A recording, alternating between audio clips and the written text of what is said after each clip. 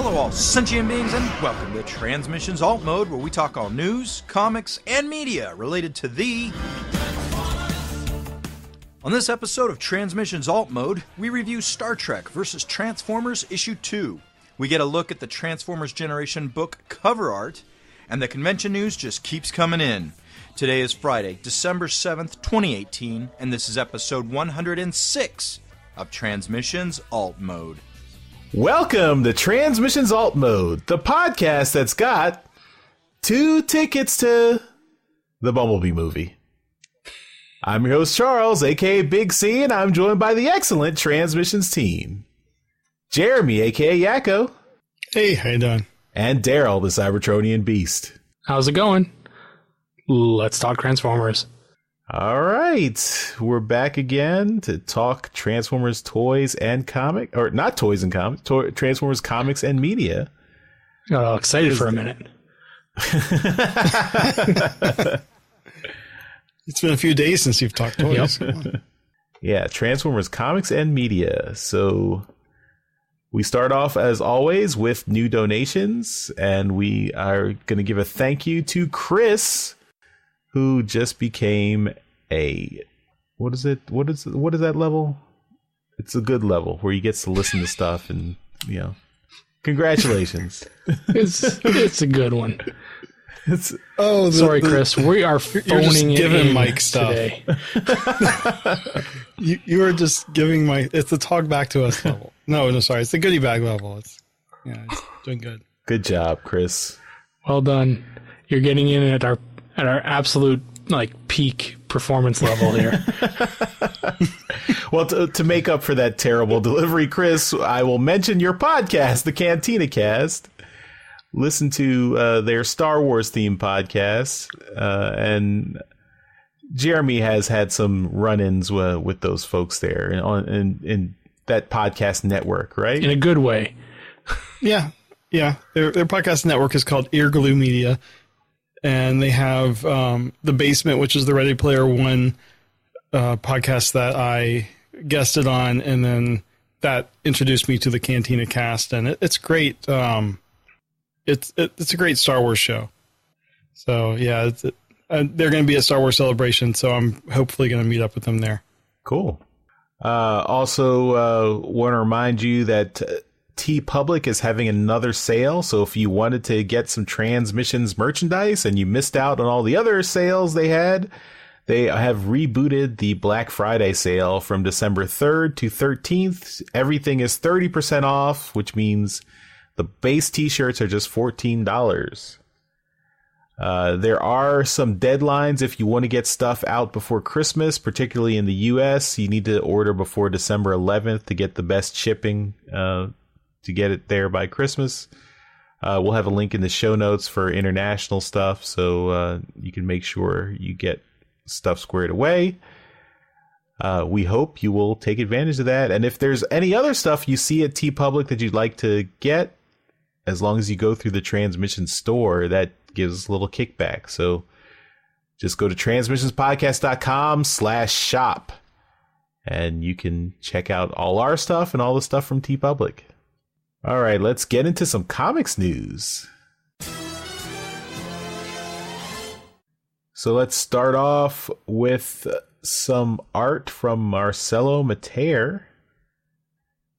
And his artwork is featured in the in Brazil's Museum of Image and Sound. So specifically, his Power of the Prime's Predaking artwork.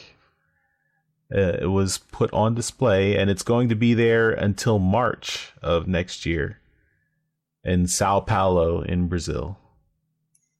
So, Daryl, you going to plan a trip to go down there? And go look at it? Maybe. No, probably not. It's pretty nice, though, this art. And it's right there next to a framed copy of Transformers G1 #1 from 1984. And yeah, Marcelo's art is very nice. It's awesome. Yeah, he's a great artist. Done a lot of work on Transformers, and has done a lot recently in box art and toy art But also, he's done some of the art direction in Forged to Fight too, didn't he? I believe so. Yep. Yeah. So it's cool. Congratulations, Marcelo, for getting your art there. All right. Next, we've got more information about the Transformers Generations book. This is the 2019 iteration of this book. This is from the Japanese publisher Hero X, where they do a book every year highlighting all the toys that came out that year. This is up on Amazon.jp for 3,100 yen, which is about $27.25. So, and it's supposed to come out December 10th. So, it's right around the corner. Usually these books do have some teasers of upcoming Masterpiece figures, so I'm sure we'll talk about that when the book is out. I think we mentioned that already. But yeah, we've got the cover image here. I think it's an homage to the old box art images from the G1 toys. Looks pretty cool. It's got Optimus Prime and Rodimus Prime fighting Predaking. All the Power of the Primes figures there. See Prime Masters there. Starscream's there. Next is the James Roberts Ask Me Anything. So last week, James Roberts did an Instagram Ask Me Anything for all the More Than Meets the Eye Lost Light stuff. And we've got so the video only lasted for 24 hours. Hopefully someone archived it and it'll be up somewhere. We don't have a link to it yet. Hopefully by the time this show goes up, we'll be able to have a link in our show notes for it. But we do have a partial transcript where it has lots of questions that James Roberts asked about, or James Roberts answered about More Than Meets the Eye and Lost Light. In particular, I just wanted to mention a couple things like the Chrome Dome and Rewind stuff. There was there was going to be a deeper plot twist to the Chrome Dome and Rewind story. So I won't get into it here, but there's a pretty detailed explanation as to what he was going to do with those characters if he had more time in the series, which I think is really interesting. And it goes through. There's a wide range of questions. People asked a lot of questions. He got, I think, what did he say? He got like 500 questions. 500 questions. He didn't answer them all, but he answered a lot. So you can check that out. But yeah, it was I didn't get a chance to see it myself, but it seems like it was a really really good discussion, I guess. All right, so that's all our comics news. So let's move on to our comic review.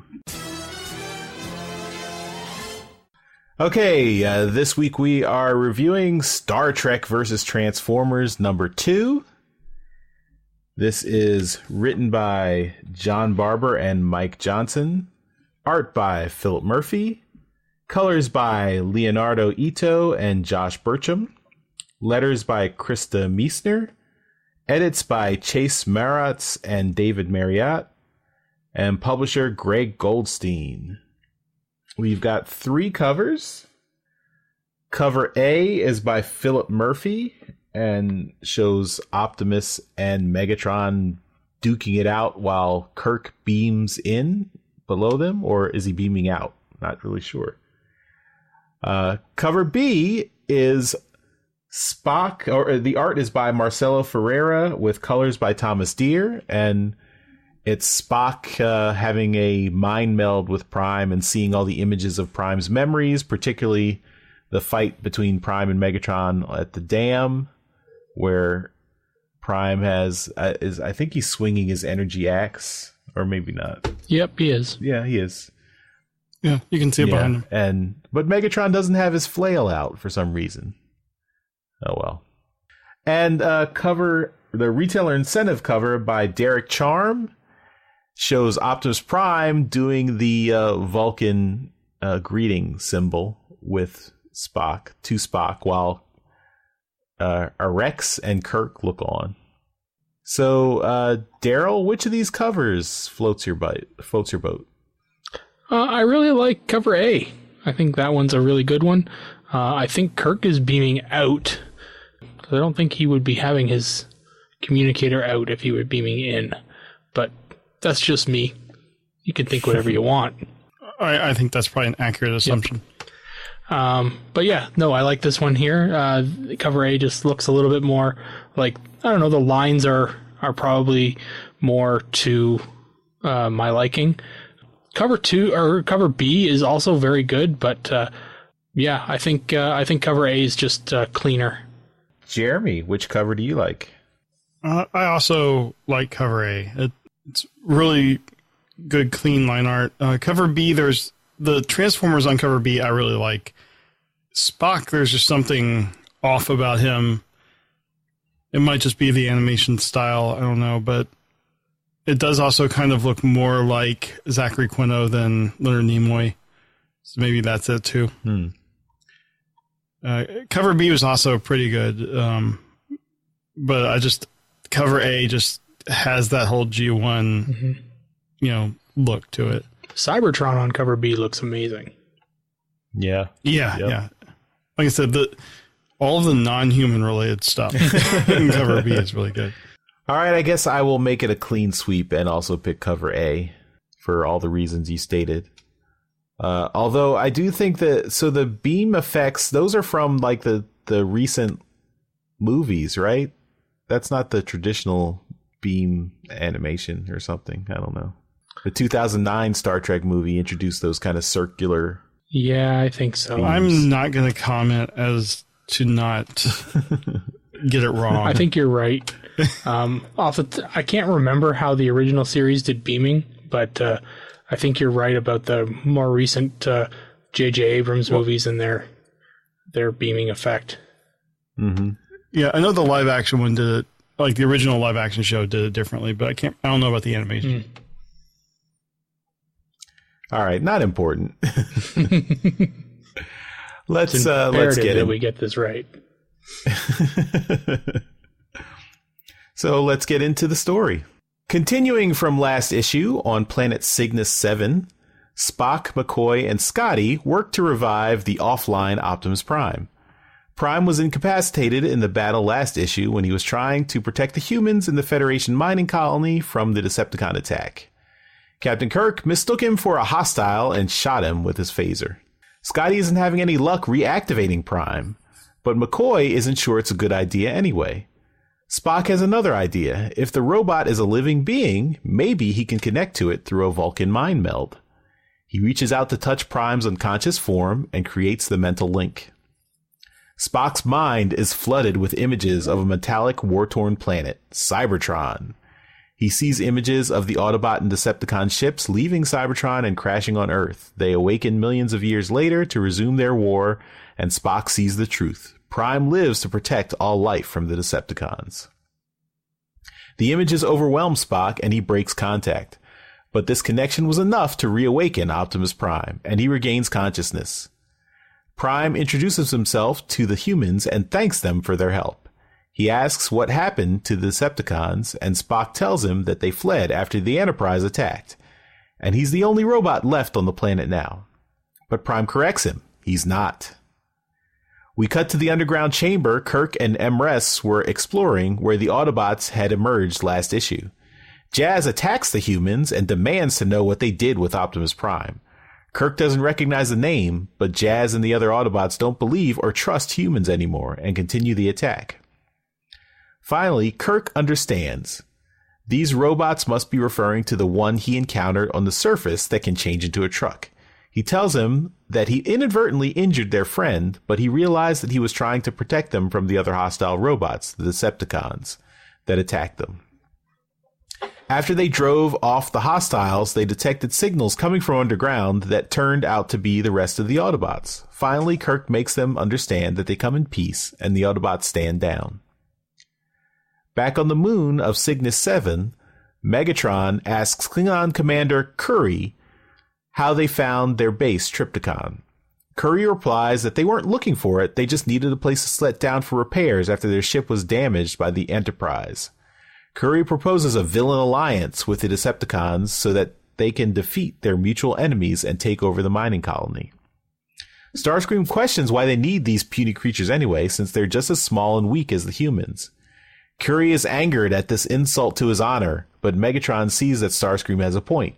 He grabs Curry and asks what can the Klingons provide to help them. And Curry asks if Megatron has heard of cloaking technology. Back in the underground chamber on Cygnus 7, the Autobots tell Kirk and his crew the story of their time on Earth. The Autobots fought to protect Earth from the Decepticons. They disguised themselves as Earth vehicles to keep a low profile, but their war escalated. But then the humans started their own internal World War III and ignored the Autobots altogether. So the Autobots left Earth in their Titan, Fortress Maximus, searching through the galaxy looking for another source of energon. They were pursued for years by the Decepticons and their Titan Triptychon. Above the planet that would come to be known as Cygnus 7, the Decepticons caught up to the Autobots again, and history repeated itself. Fortress Maximus crashed and was buried underground for centuries. Until the Cygnus 7 miners delved deep into the ground and accidentally reactivated Fortress Maximus's systems. A repair protocol reactivated both the Autobots and Decepticons, and here we are. Meanwhile, in space above the planet, Lieutenant Arax is in command of the Enterprise. He's tracked the Decepticons to the nearby moon and is going to investigate. He contacts Spock back on the surface and tells him their current status. Spock catches Arax up on everything they've learned and that these robots are living beings underneath their metal. But before they can talk further, Arax and the Enterprise arrive at the location on the moon where the robots should be. But it's just an empty hole in the ground. Too late, Arax realizes the Enterprise has walked into a trap. The Klingon ship, apparently repaired, decloaks and attacks. Arax orders the shields up, but the Enterprise takes damage. He tries to contact Spock and tell him that they're under attack, but Soundwave jams that transmission.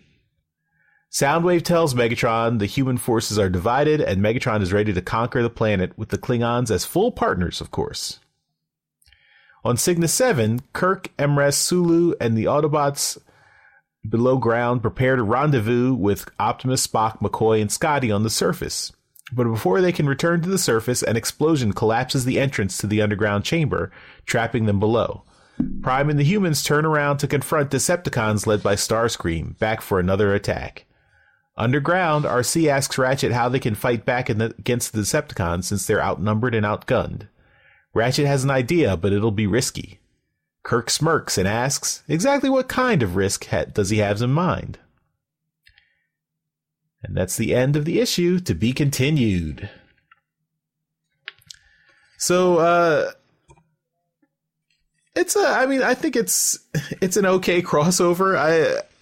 I don't know. Nothing's particularly wowing me about this so far. I did like the idea of the, Megatron and Starscream not really taking the Klingons seriously, but then the Klingons have their cloaking technology and they use that to their advantage. So I like that there's a reason for the Decepticons to team up with the puny fleshlings. I thought that was cool. I also thought it's interesting that there's no time travel involved with the Transformers on Earth. I guess the Transformers time on Earth was just the Earth in the Star Trek universe, where in Star Trek, in the Star Trek chronology, there's a World War III that, eventually that there's a nuclear war. And then after the nuclear war, the Earth society rebuilds itself. So I guess they're saying that, after nuclear war, the humans didn't really care about the Autobots. But I wonder why the Autobots and Decepticons just didn't participate in or even, the Autobots, I think they try and stop World War III, but it was also really weird seeing how hostile Jazz was to the humans. That was, I guess he saw some stuff during that World War III episode. Some of the flashback images was interesting. Like when you see Fortress Maximus flying away from Earth on the ground, I think that's Zephram Cochrane, and then Yeah. It is. Yeah, whatever character Alfre Woodard played in Star Trek First Contact, I think they're on the ground like watching Fortress Maximus fly away. I thought that was an interesting nod to Star Trek canon. And we do see a scene of like an attack on Autobot City, which is interesting because, you know, clearly the movie didn't happen in this universe because Prime is still alive and Unicron never ate anything. So it's a little weird. For the most part, the art is pretty good, although I don't really like the way Bumblebee is drawn. Bumblebee and Ratchet's faces look really weird to me. But other than that, I like the art in the issue. So Daryl, what were your thoughts on this issue? It was fine. Like you said, nothing really like stands out as a really awesome part. I agree with you that Bumblebee's face is all fucked up. It's at one point his eyes are like too far apart. Then the next, he's got this weird shit-eating grin on his face. His face is making all kinds of weird shapes. But all in all, I thought the art was really quite good. Really resonating back to that G1 cartoon. Looked really great. They're doing a really good job of kind of integrating Windblade into that group, giving her a G1 cartoon style. This is not easy to do. She's way more detailed than any of those original characters were. I thought that was pretty good. Optimus Prime is, he's Optimus Prime, but the art, his midsection has typically a silverish bar on it, which is part of the aesthetics of the truck mode. In this comic, I tried to find just being an error in one page, but it seems to be throughout. It's colored very dark, almost like a dark gray, which is it looks odd. So perhaps a mistake. Yeah, other than that, that's really the only mistake I saw. I liked the nod, like you pointed out about Zephram Cochrane. I totally saw that as well, and I thought, hey, that looks like that scene from First Contact, and so that was pretty cool to see. The fact that they had the exact same kind of origin story on this planet that they had on Earth seemed kind of odd. But if they've got the same protocols and they never really changed them, then I guess that still works. Although Fortress Maximus is a character among himself, so maybe he wouldn't have the same protocols installed, but apparently he does. So there you go. But it's a fun book. This issue doesn't really do much to forward the plot. It just kind of dumps a lot of, info on you about where they've came from and who they are and what's going on and how they've come to be. We finally do get an actual name though for Arachnid.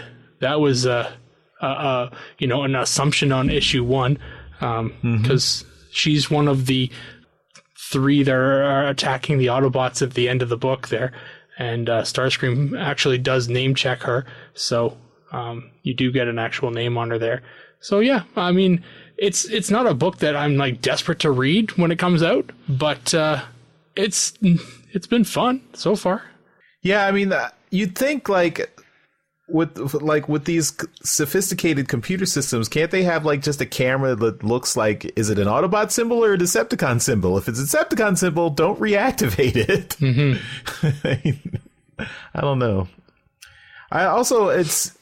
There's not a lot of Autobots and Decepticons left. We have Jazz, Bumblebee, RC, Windblade, and Optimus Prime. So that's 5 Autobots, and then we've got Megatron, Soundwave, Starscream, Arachnid, I guess Thundercracker.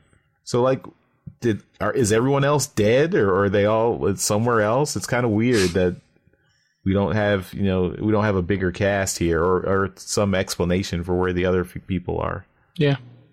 I don't know. Jeremy, what are your thoughts? I enjoyed it as well. I have the same comments on Bumblebee's face. It's horrific.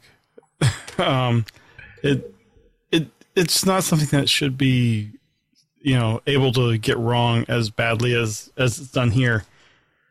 But other than that, I thought it was, the art was fine. That World War III scene, what the humans are wearing there is right out of Star Trek 2. So, or not Star Trek 2, but Star Trek also. Is that you see that in some of the Eugenics Wars or something? Yeah. One issue I have is when they're being reactivated on this other planet, why was nothing scouting for vehicle forms? Mm-hmm. Why do they not have futuristic Star Trek vehicle forms? Or beast modes. Yeah, or beast modes. Whatever. I mean, it just seems like if they reference it's the same thing that happened on Earth, it's not, because there was nothing to scan for, vehicle modes. Or maybe it was just because they were underground. Maybe it couldn't. Mm-hmm. There was no, volcano thing for it to fly out of. But other than that, this was just basically a big info dump and the standard, heroes fighting each other, villains fighting each other before they both form teams, and then we get the next issue. So pretty standard there, but I do like it. I like the whole Vulcan mind meld thing to kind of get some of that backstory. That was neat. So, I mean, this continues to just be a crossover that, with all the different crossovers we've had, this is definitely one of the better ones. Mm-hmm. So, yeah. Yeah, I also liked how they used Spock's Vulcan mind meld to give you the Transformers backstory, and then when they have Bumblebee start to give his exposition, he's like, "Yeah, it all started about don't worry about that. Let's skip to the part on Earth." So, yeah, let's skip to the Star Trek part.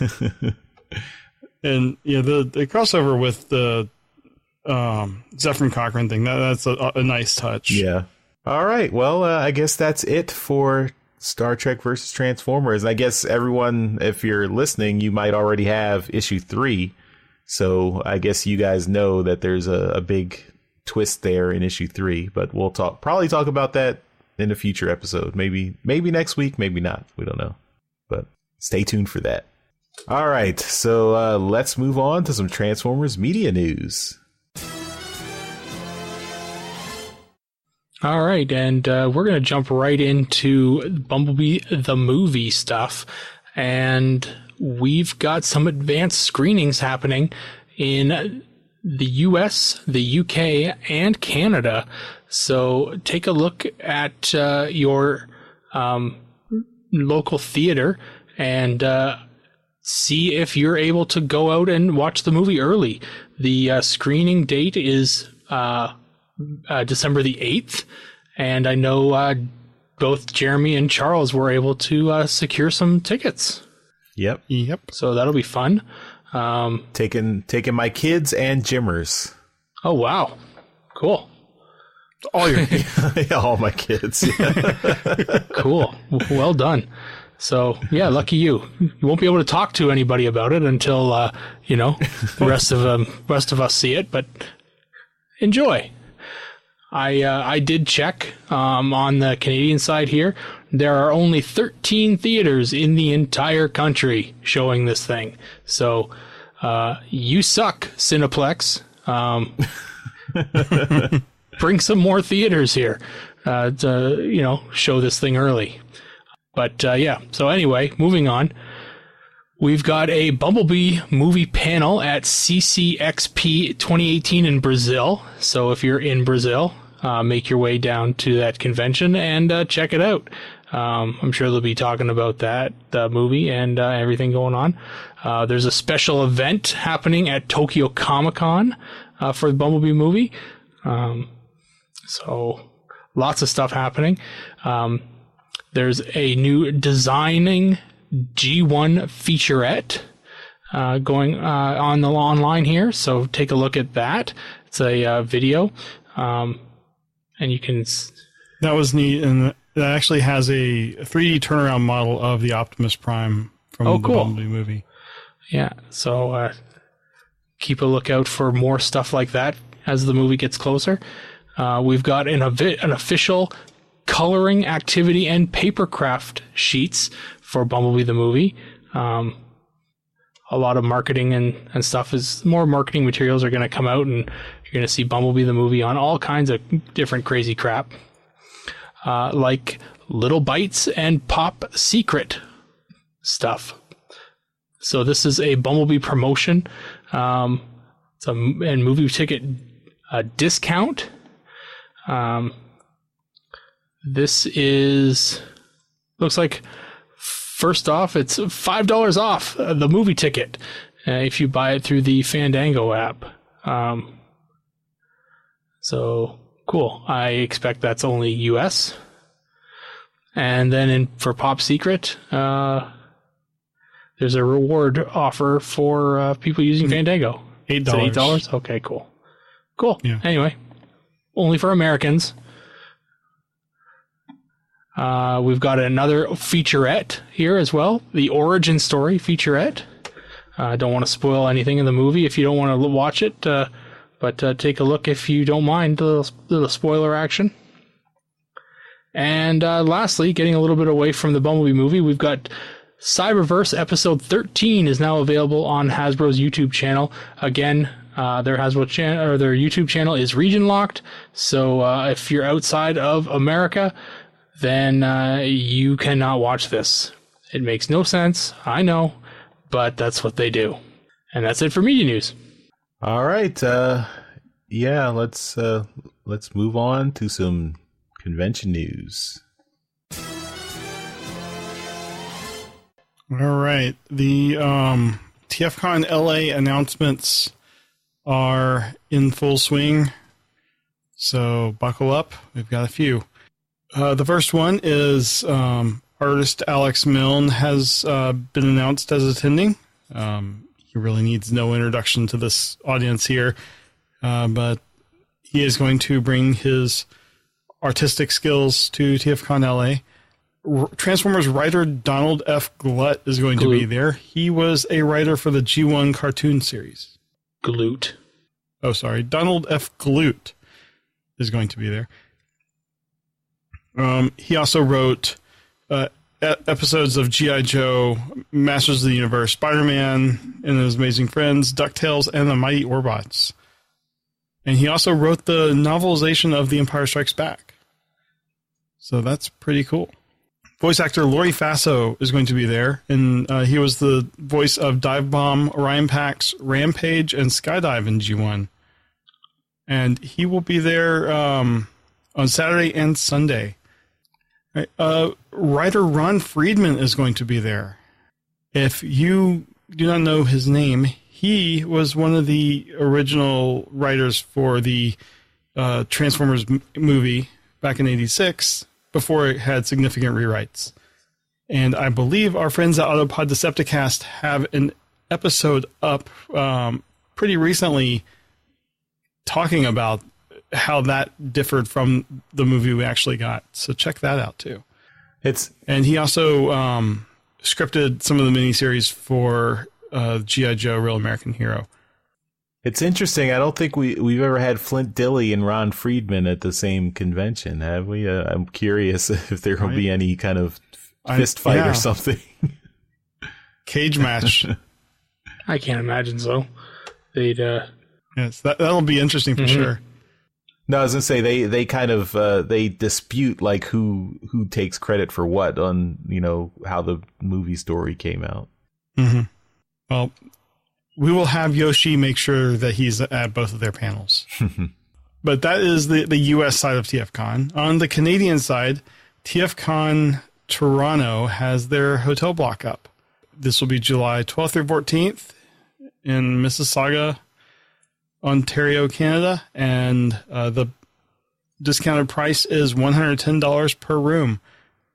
And that's obviously Canadian. So if you're like me or Charles, it might be like $3. I don't know. But go ahead and book the room now if you're there, so you can make sure you're around other Transformer fans and not by some random wedding that happened to me the first time I was there. So that is all of the news. There was a lot of announcements this week. Yeah, that's the G1 Super Mega Reunion is really shaping up. So Colin's delivering on his promises for a Mega G1 reunion. Yeah, I will note that Donald Glut and Ron Friedman both did not say that they would only be there certain days. So I'm suspecting they're there for the whole weekend. But Lori Faso is only there Saturday and Sunday. All right. Well, let's finish up the show with some feedback. All right. So on the, I guess this is on the YouTube version of Alt Mode episode 103, where we reviewed, I guess, was it Unicron number 6? Yeah, I think so. Yep. Yeah. So this is from a commenter, goes by Infinite Octopaw, and this commenter says, I don't agree about the Lost Light thing. That story wasn't about killing everyone. Also, I thought in the IDW timeline, Ironhide was one of the last of the survivors of the Civil War at the end of the 2009 series. He got to make a big speech in front of the next generation and stuff. I'm not crazy, right? Okay, so let's tackle these two things. I guess he's for the first part, he's talking about maybe we made a comment about how, or I think this was you, Daryl, who said you were expecting a few more deaths at the end of Lost Light. Okay. But I don't think we said that we thought Lost Light was about killing everyone. I just thought that I think Lost Light or More Than Meets the Eye had good deaths, and I'll say good in, quotes, that deaths that mattered, that meant something. I think it also got a bit of a reputation. Yeah. And we were just expecting, more of that maybe. James also got the reputation for doing quite a few fake out deaths. So, I guess there's or resurrections. Yeah. So I guess there's a mixed bag. In terms of your second part about Ironhide, I think we've discussed this on the show previously. I think a different person asked about this like a while ago, but I'll just repeat this. That vision was invalidated in Robots in Disguise. So that vision of the future that was at the end of the 2009 series, John Barber took that as a hallucination that Ironhide had, and that was invalidated by Dark Cybertron. So Dark Cybertron was supposed to be the event that would have brought that future to come to pass. But since they stopped Dark Cybertron, that's why that future never happened. So Ironhide, and in the series, they had issues where Ironhide had a crisis because since he no longer knew what the future was going to be, he had a bit of a he felt unsure of himself, and he didn't want to, since he didn't know what was going to happen next, he was unsure of himself. He was unsure of that the future was going to turn out all right. So that 2009 ending, it's gone. It's retconned away. It's been retconned away for several years now. So yes, it happened in the comic, but it was always just a vision of the future. It never came to pass. That happens when different writers take over books. So, it's no longer the end point for the series. And we saw that because Ironhide died at the end of Unicron number 6, and Cybertron's been destroyed. So you can't really have that ending the way it was envisioned. Also, Alpha Trion's been dead for, a year in the comics. So, that's not really that. So, that has been retconned. I'll just say. So are we clear? It's gone. It's retconned. Another comment. This came to us from Facebook. This was Martin Wells. I forget which episode this was in where we talked about how IDW canceled the UK Classics comics. Or at least Classics Volume 6. And Martin was not happy. He said that's a crock, which we agree. Sorry, Martin. So it's unfortunate, but yeah, it doesn't look like we're getting any more of the UK classics from IDW. But maybe tweet to John Barber. He is the editor-in-chief now. Maybe there's a chance to reverse the decision. Be polite. Don't insult him or yell at him, but make sure you tell him Charles sent you. Actually, don't do that, please. Don't do that. Maybe say you'll pay money if they release yes, Volume 6 of the UK Classics. Maybe that'll help.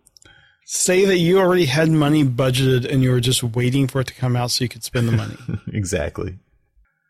All right, that's all for feedback this week. Again, want to remind you that if you want to leave us feedback, you can go to transmissionspodcast.com/feedback. You can leave us emails and voicemails, and we will play those on the show. You can also contact us on various social media, as our commenters this week did. So let us know what you think. And that'll do it for this episode of Transmissions Alt Mode. Thanks, everyone, for listening, and we will see you next time. Bye-bye.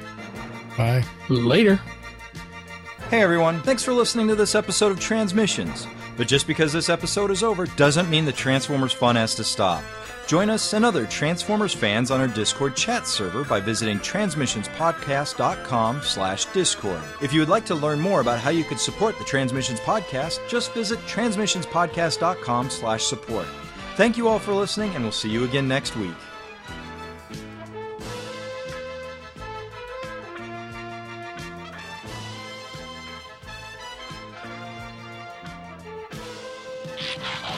Record! Just made it. Yes, I did it. I didn't say anything, so hopefully that didn't mess you up. So now he's not counting down. He's not saying record. Yes, I took the hint. That's all our comics news, so let's move on to our comic review. And here we will wait for Jeremy to come back. Are you sure it's a guy? Well, I'm guessing from the characters. It is. Predacons and Orion Pax. Yeah, and it says he is also known for his roles. I'm sorry, Mike. Blame Daryl for that one.